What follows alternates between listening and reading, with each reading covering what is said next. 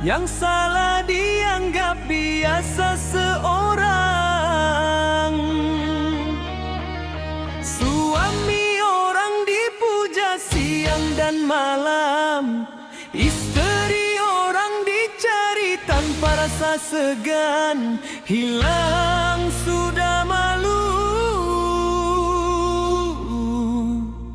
hilang pertimbangan.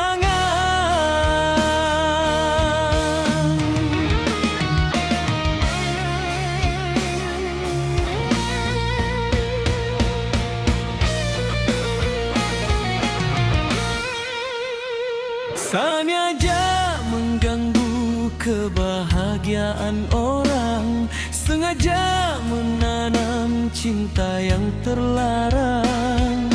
Manis di bibir penuh kata sayang, namun di belakang ada hati yang hilang.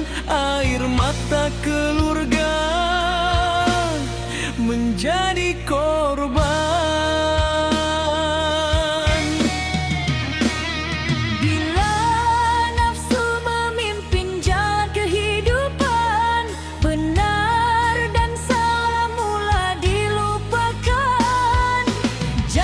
Setia dipermain tanpa perasaan, luka dibiarkan menjadi tontonan, sedangkan bahagia dibina bertahun-tahun.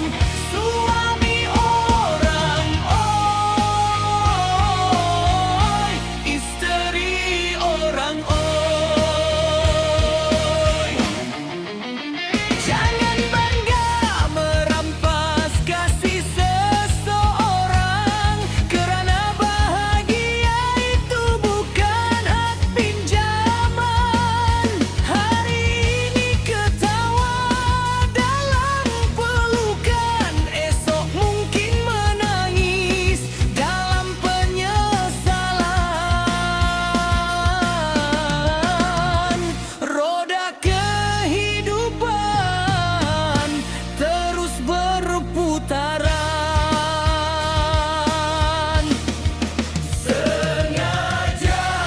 Sengaja mencipta penderitaan, sengaja merobohkan sebuah harapan. Apa nak jadi dengan dunia sekarang? Cinta halal ditinggal, yang salah diperjuangkan.